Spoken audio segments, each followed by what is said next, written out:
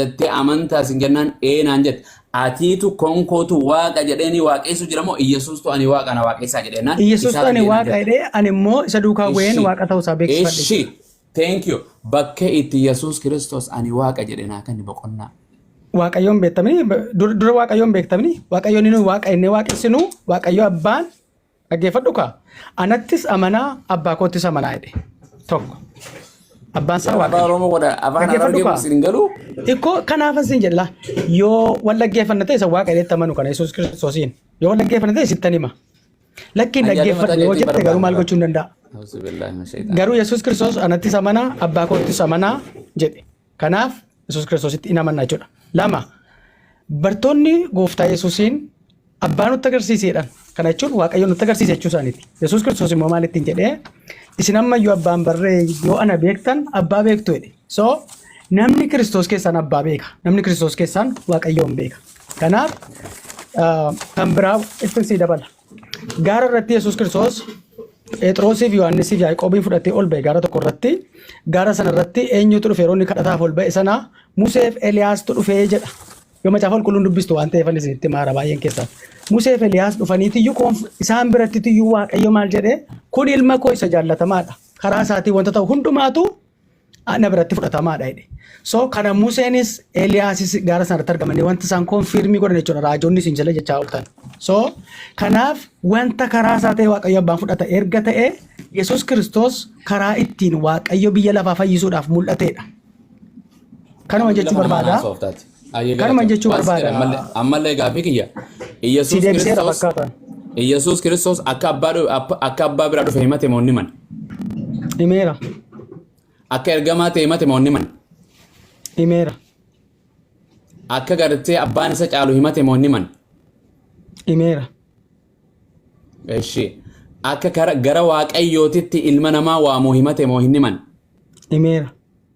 Hidda dhaloota akka qabu himate moo hin himan. Himeera. Akka ilma namaa ta'e Yesuus himate moo hin himan akka ilma namaa ta'e. Himeera.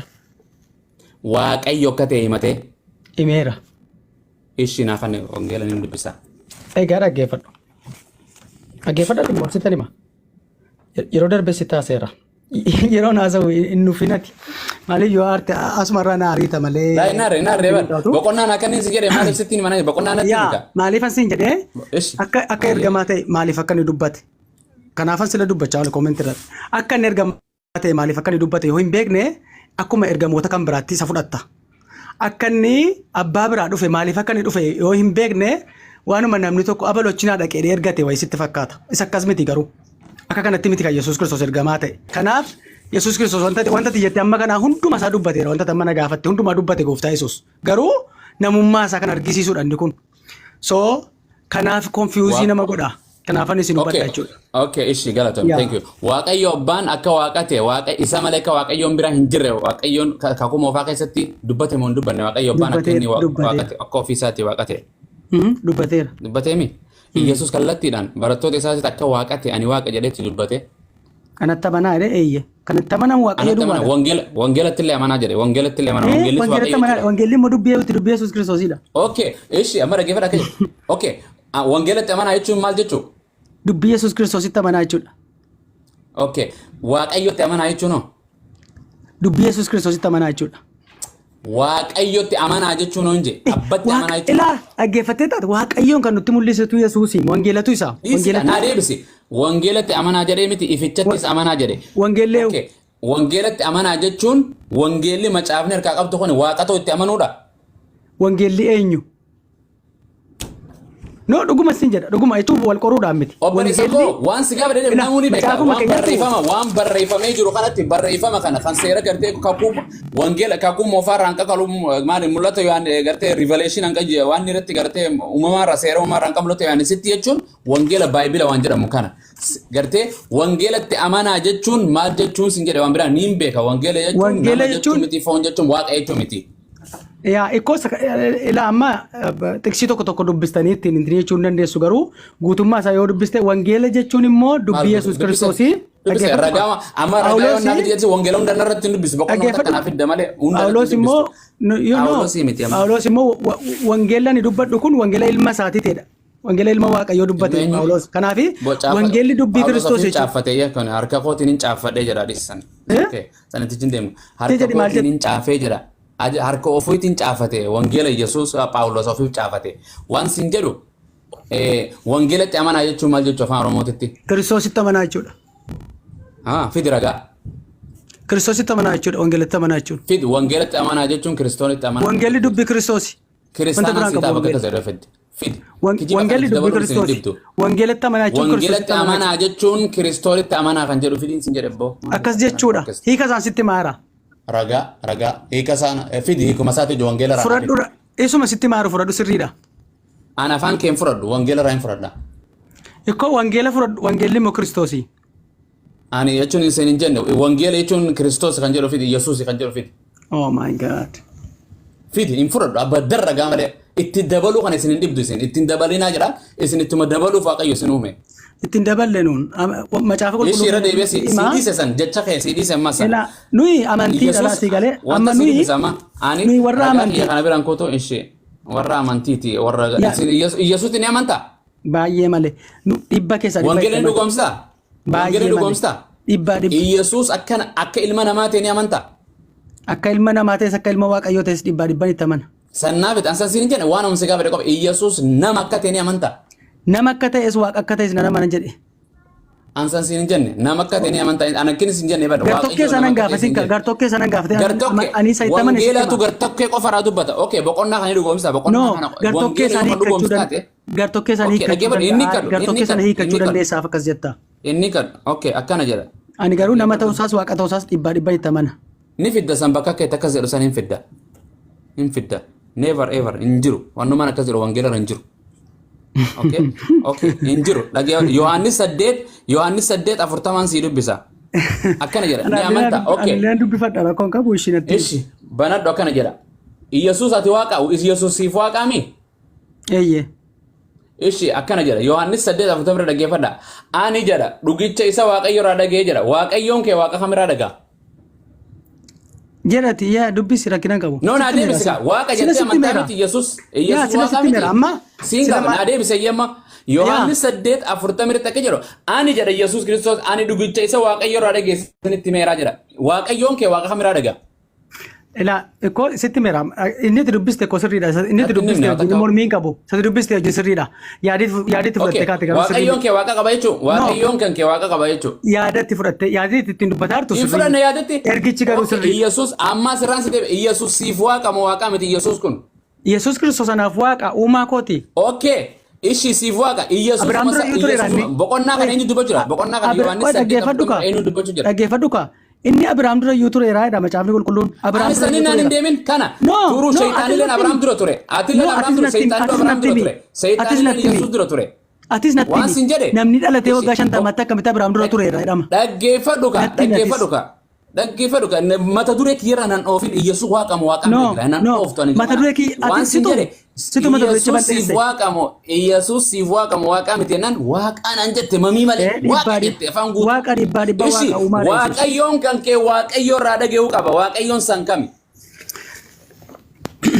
sagalee tokko na dubbistaati sirkee ramni macaafa qulqulluun na afaan dubbisi miti sagalee tokko ban sagalee miti duru afaan na no jechuun isaaf deebiidha sammaatti jettee deebiidha ittiin Wangeela Yohaannis boqonnaa tokko na dubbisi. Wangeela Yohaannis boqonnaa tokko na dubbisi. Ni dhayina kanarra gaafii xumurtee na deebistee waliin galle ne deemne Yohaannis takka feetu Marqos keessaa ndee waan jedhe Yesuus waaqaan an jette mamii malee Yesuus waaqa kan kootiin an jette waaqayyoon kan kee afaan isaatiin Yesuus afaan isaatiin barattoota isaatiin miti Phaawulos Marqos kan dubbate Yesuus ofii isaatiin dubbate ani dhugicha isaan waaqayyo irraa dhageessanitti mee jira jaa waaqayyoon kee waaqa kamirraa dhagee waaqnis inni irraa dhagee isaan kaminaa himu abbaa isaa irraa dhagee kanaafuu abbaan isaa waaqa isaati jechuudha yeroo inni fooniin haasa'u yeroo inni akka namummaa foonitti yeroo haasa'u yeroo fooniin jedhu no amma isa kana ni sitti yeroo kam Yesuus waaqa yeroo kam biyya lafaarra gaafa deddeebi'aa ture sana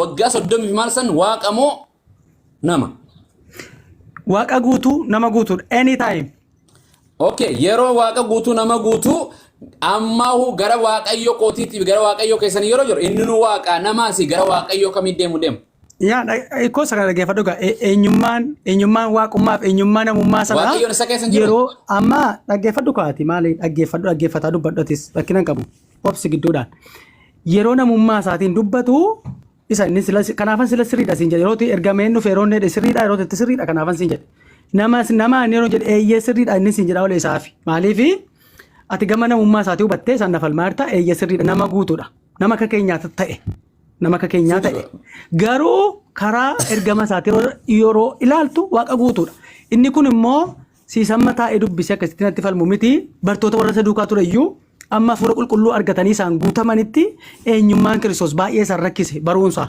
kanaaf kiristooloojii kan cimaa ta'e eenyummaa Kiristoosiin baruudhaaf hafuura qulqulluu yoo si keessa jiraate macaafa sana si hiika malee waan namni filosoofii isaatii hiikuu hafuura malee takka Yesuus yoo kiristaanaan si taafidi hafuura malee hafuuruma dubban Yesuus barattoota isaatiitti nama isa gaafate kallattumaan hima.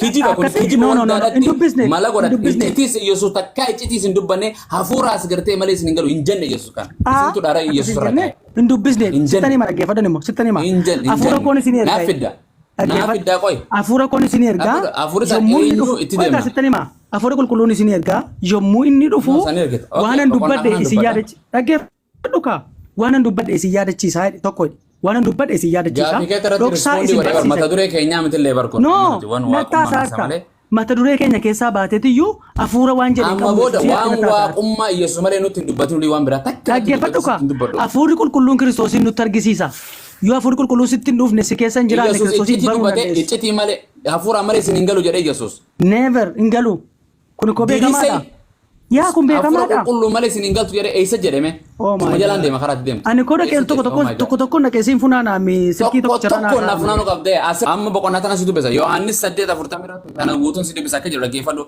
ani dhugicha isa Waaqayyo irraa dhagee isinitti himee jira isin garuu ana nama akkasii ajjeesuu barbaaddu Abrahaam akka kana hin hojjenne jedhe Yesuus ani nama jedhe Waaqayyo irraa hin dhagee jedhe dhugamoo soba maani sitta isaan jiram sirriidha jedhee maani kan biraa xiqqii barbaadu sin barbaachisu waan biraan gama namummaa isaatii haasaa hirta xiqqii sana funaanaa hirta isa baay'ee argatta si amanaan jira sirriidha miti jedhu inni mormii hin qabnu garuu nu banneetti dubbichi maaliif akka inni jedhu. Okay Yesuus namummaa isaatiin waaqa ni qaba moo hin qabu? Waaqayyo namummaa isaatiin nama jechuun namuma akka kiyyaa keete kanaami wayi kabiraati.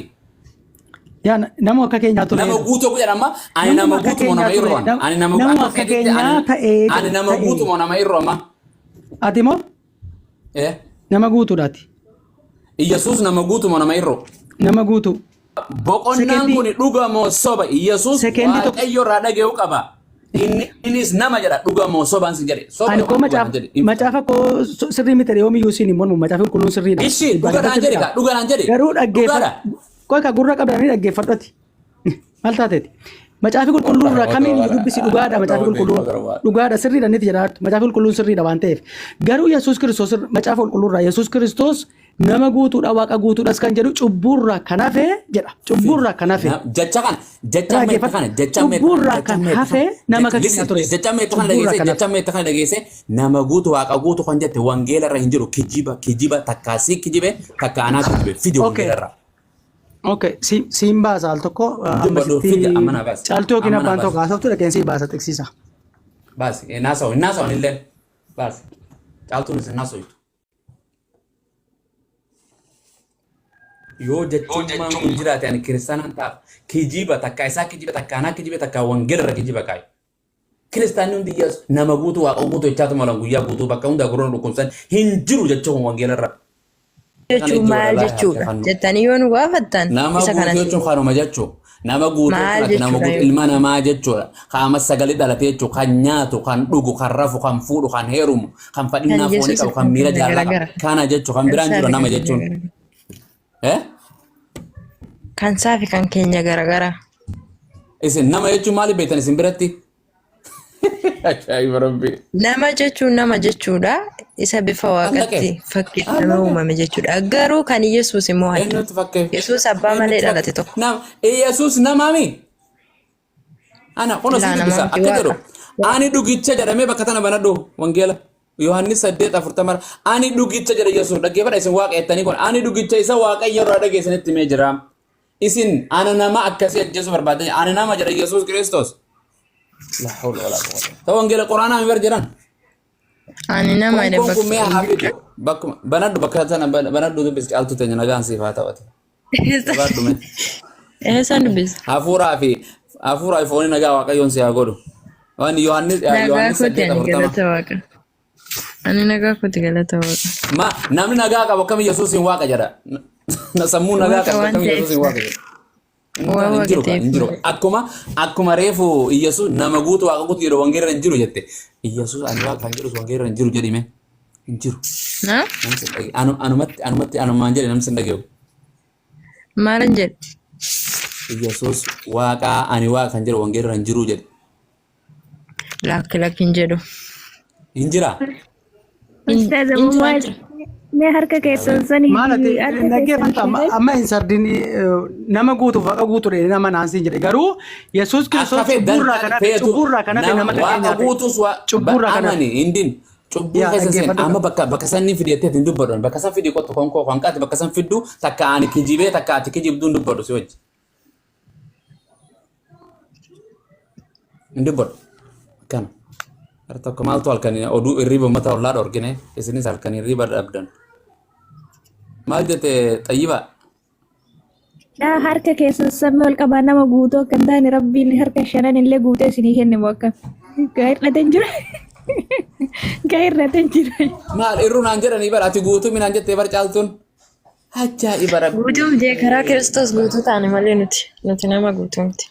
maal duraan isaan irrooti gimmaasha dhalatte yes okay Aangoo du'aa jalan ture. Mami armente si garte mulu ba mulu nama fitsuma sawisan si dette mo gimmaasha si dette borjirtu laayivii kanar Kee jetti mul'atu kanatti. boru waaqayyo te qabbo naan yaa maaliif silkiin koo biizii ta'e sababan asirraa haasaa jiruu fi biizii ta'e sadide boruu miti wagga mar'aati tun fittu Ani siin fida. yoo jiran nama jedhan sii fida yoo boru fidde dhage ati tenis ati islaaman teen yoo boru fidde kiristaanaan ta'a no isa waa'ee waan barbaadde ta'e garuu Kiristoos duukaa buute tola Kiristoos duukaa yoo buute natti tola ani lamaan seeneef boru dhugaa Jireenya bara baraa qabaachuuf Kiristoos duukaa yoo buute natti tola garuu kiristaanaan ta'a arraboo dandubbadhu dhugaan siima ani tiksiidha adees immoo musliiman ta'u Dubbatina. already karaa dhugaa qabaddeera waan hin ta'eef garuu maarreen martuu ni dhageeffanna akkasika lubbu haarawaa kan ka amantii ta'e kan fudhadhu hin barbaadu maaf nan lallabda yookaan bilaash lallabda as ta'e seeti natti no Kiristoosin duukaa bu'i ana duukaa mini Kiristoos duukaa akkati buutuu karaa kiristoositti nan lallabdee dhugaana agarsiiftee nan lallabdu malee fudhadha yaa Kiristoos dhugaadha duukaa bu'i uumama hunda deemaa lallabaa ku jedhe ati bilaash ani bara akka karaa islaamummatiin si waan mujjira bara akka karaa biraatiin ammati qoy gaaffii tokko sii qaba jechuun gaaffii loojikii tasirraa gaafattu macaafa qulqulluu kana amanteeti moo kan itirraa nama gaafattu sirriidha jetteeti moo dhaggeeffadhu sirrii moo maaliif achirraa dubbistee nuun nu gaafatta macaafa dubbiseeti laaleeti waan kun dhugamu bareera itti amantee sirriidha jetteetti amanteeti dhugaadha okay sirriidha jetteetti amanteeti waan achirra jiru waan sirra jiru waan sirrii ta'es ni jira waan sirrii ta'es guutu okay yaa okay ati hunda sagalee waaqayyoo teetteetti amantaa Macaafi qulqulluun sagalee waaqayyoo ta'e. Wedduu caaloo sagalee eenyuti? Macaafni qulqulluun sagalee waaqayyootiin jedhe. Harma koo jidduu boqodhuu kan jedhu sanoo kottu. Baay'ee sii ta'e mini inni gara foonitti gadi hiikkattuuf baay'ee sii ta'a. Ilma namaatiin miira ta'e jechuun sagalee waaqayyootiin sin jedhe san. Yaa garuu macaafi qulqulluun waliigalli isaa 66 sagalee waaqayyootiin ni amanna. Akka inni itti hiikamu gaafadhu akka inni itti hiikama baruudhaaf yoo ta'e wedduu sagalee waaqayyootiin baruudhaaf yoo ta'e akka